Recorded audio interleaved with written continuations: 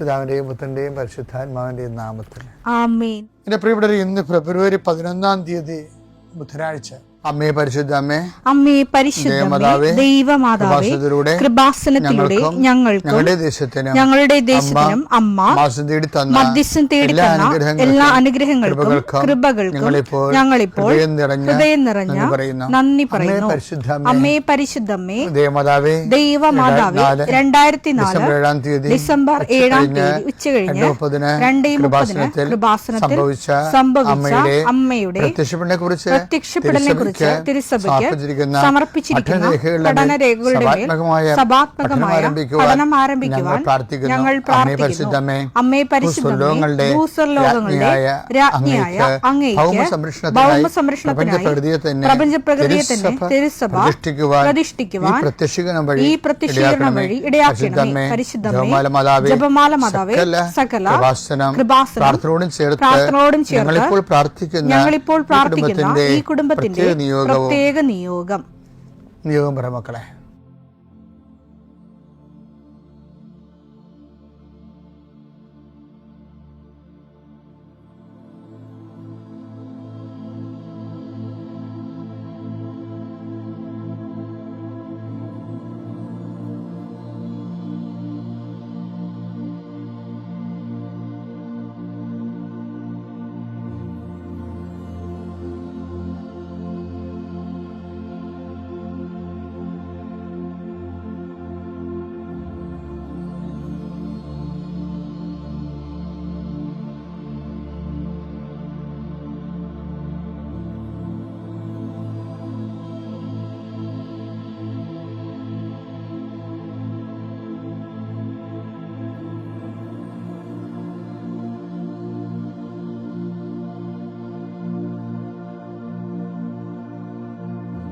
അമ്മയുടെ പ്രത്യക്ഷീകരണത്തിന്റെ ഈ അനുഗ്രഹവേളയിൽ ഞങ്ങൾക്ക് സാധിച്ചു തരുവാൻ കനിയണമേ. ആമേൻ. വിശ്വാസ പ്രമാണം.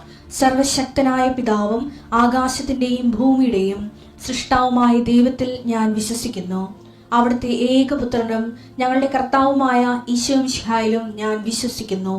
ഈ പുത്രൻ പരിശുദ്ധാത്മാവിനാൽ ഗർഭസ്ഥനായി കന്യകാമറിയത്തിൽ നിന്ന് പിറന്ന് പൊന്തിയോസ് പീലാത്തോസിന്റെ കാലത്ത് പീഡകൾ സഹിച്ച് കുരിശിൽ തറയ്ക്കപ്പെട്ട് മരിച്ച് അടക്കപ്പെട്ട് പാതാളങ്ങളിൽ ഇറങ്ങി മരിച്ചവരുടെ ഇടയിൽ നിന്ന് 3-ാം നാൾ ഉയർത്ത് സ്വർഗത്തിലേക്ക് എഴുന്നള്ളി സർവശക്തിയുള്ള പിതാവായ ദൈവത്തിന്റെ വലതുഭാഗത്തിരിക്കുന്നു.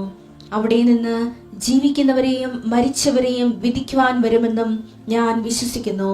പരിശുദ്ധാത്മാവിലും ഞാൻ വിശ്വസിക്കുന്നു.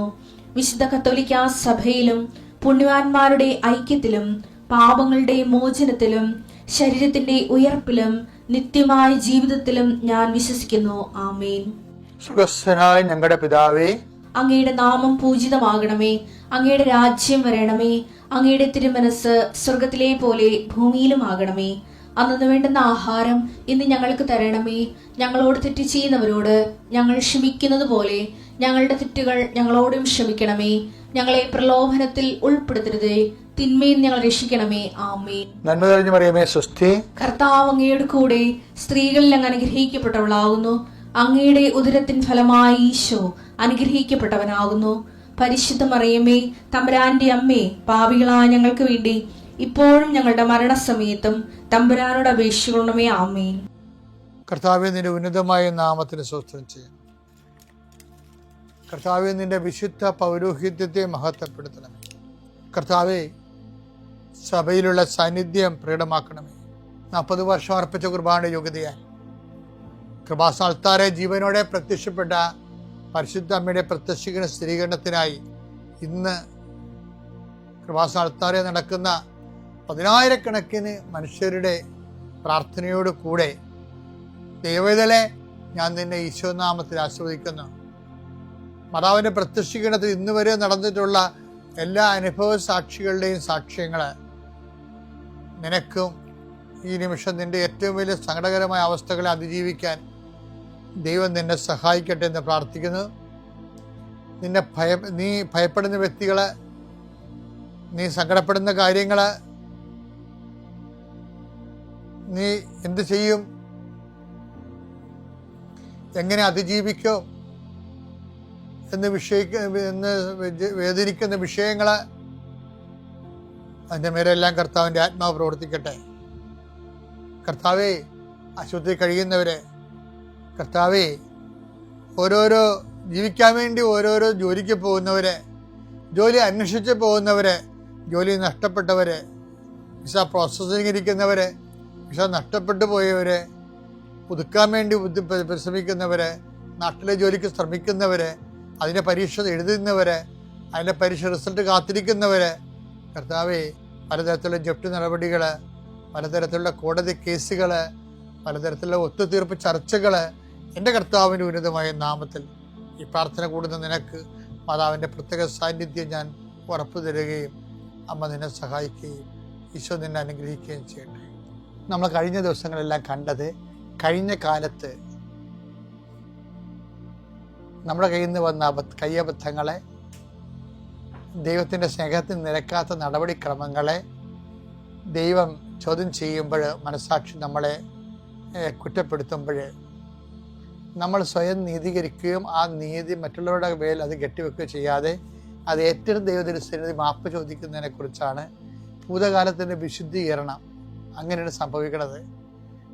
ഇനി വർത്തമാനകാലവും അതുപോലെ ഒരു വിഷയമാണ്. ദൈവം നിരീക്ഷിക്കുന്ന ഒരു സബ്ജക്റ്റാണ്. ഭൂതകാലം മാത്രമല്ല, വർത്തമാനകാലവും ദൈവം നിരീക്ഷിക്കുന്നു. What you are doing now, നീ ഇപ്പം എന്ത് ചെയ്യുന്നു, അത് ദൈവത്തിന് പ്രധാനപ്പെട്ടതാണ്.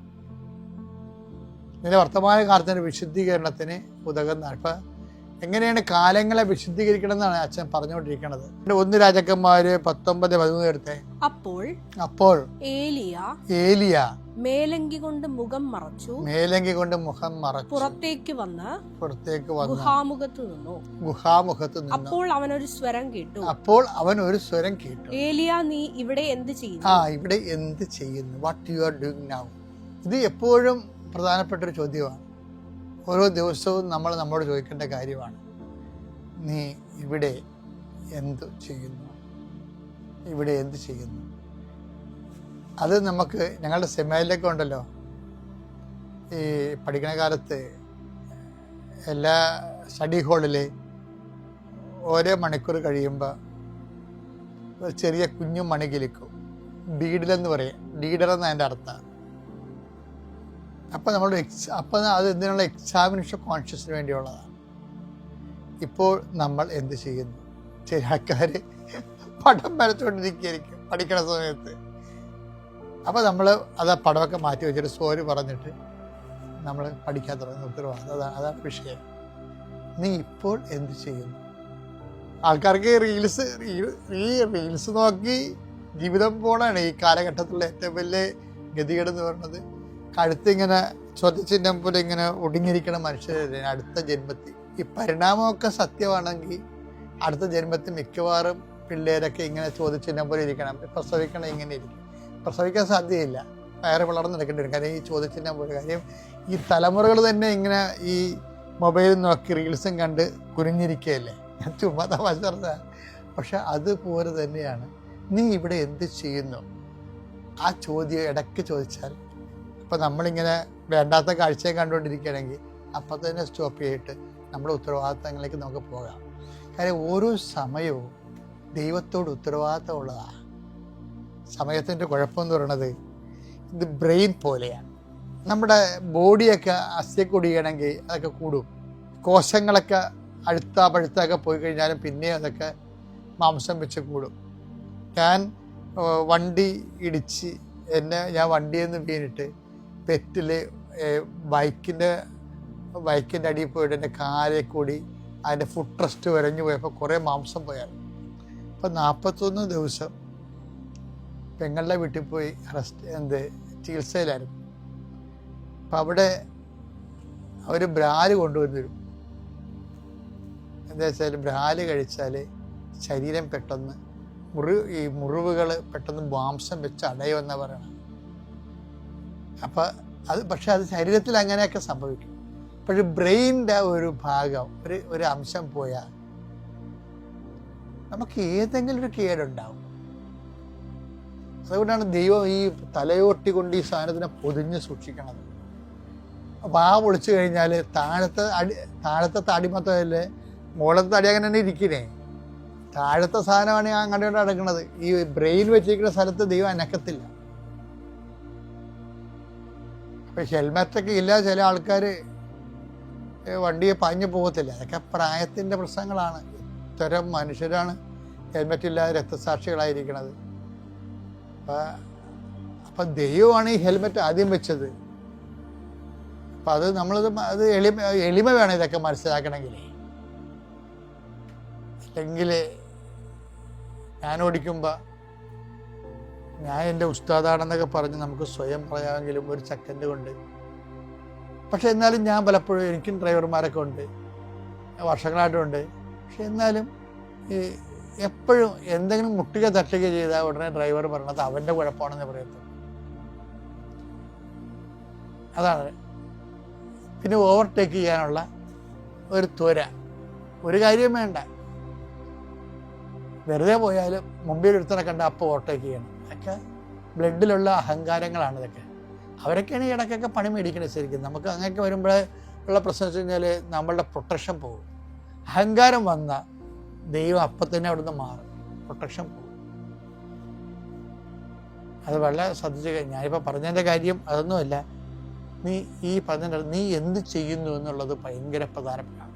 ഏലിയ, നീ ഇവിടെ എന്ത് ചെയ്യുന്നു? അപ്പം ന്യായമായ ഉത്തരം കൊടുക്കാൻ നമ്മുടെ ഉണ്ടാകണം. അപ്പം നീ വണ്ടി സ്പീഡിലാണ് പോകണമെങ്കിൽ 80 പോവുകയാണ്. അപ്പം അവിടെ 80 പോയിട്ടും പ്രത്യേകിച്ച് കാര്യമൊന്നുമില്ല. 5 മിനിറ്റ് അവിടെ നേരത്തെ എത്താവുന്ന, നേരത്തെ 5 മിനിറ്റ് എത്തിയാലും 50 മിനിറ്റ് എടുത്തിട്ട് 10 മിനിറ്റ് എത്തിയാലും ചിലപ്പോൾ കാര്യമൊന്നും ഉണ്ടാവില്ല. ചുമ്മാ എന്തായാലും വണ്ടി എടുത്താൽ അപ്പം തന്നെ പറപ്പിക്കുക എന്നുള്ള. അത് നീ എന്ത് ചെയ്യുന്നു? ഈ ചോദ്യം നമ്മൾ ചോദിച്ചാൽ വണ്ടി അപകടം കുറഞ്ഞു കിട്ടും. ഈ ചോദ്യം നമ്മൾ ചോദിച്ചു കഴിഞ്ഞാൽ റീൽസ് കാണൽ കുറഞ്ഞു കിട്ടും. ജീവിതം ദൈവത്തെ നിരക്കുന്നതായിരിക്കും. ദൈവം ആ ചോദ്യം ഏലിയോട് ചോദിച്ചപ്പോൾ ദൈവം പറഞ്ഞു, ഏലിയ പറഞ്ഞു, ഞാൻ നിന്നെക്കുറിച്ച് തന്നെ ഓർത്തുകൊണ്ടിരിക്കുകയാണ്. അവനേക്കാൾ നല്ല ഉത്തരം വരെ കിട്ടാനുണ്ടോ? ഞാൻ നിന്നെക്കുറിച്ചുള്ള തീഷ്ണത ഞാൻ ജ്വലിക്കുകയാണ്.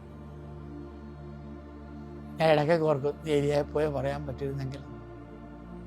പക്ഷെ എന്നാലും ഒരാഴ്ചയിൽ ഒരു പ്രാവശ്യം അങ്ങനെ പറയേണ്ടത് നല്ലതാണ്. വലിയ അനുഗ്രഹമാണ്. അപ്പോൾ പ്രസൻറ്റ് ടൈമിനോട് കാണിക്കുന്ന ഉത്തരവാദിത്വം നമ്മുടെ ദൈവം നിരീക്ഷിക്കുന്ന ഒരു മേഖലയാണ്.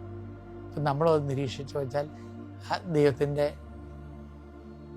സംരക്ഷണത്തിൽ ജീവിക്കാൻ പറ്റും.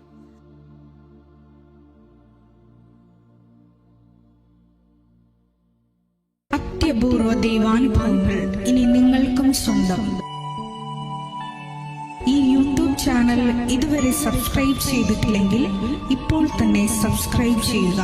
ഈ വീഡിയോ ഇപ്പോൾ തന്നെ നിങ്ങളുടെ സുഹൃത്തുക്കൾക്ക് ഷെയർ ചെയ്തുകൊണ്ട് കർത്താവിന്റെ പ്രേക്ഷിതരാകുക.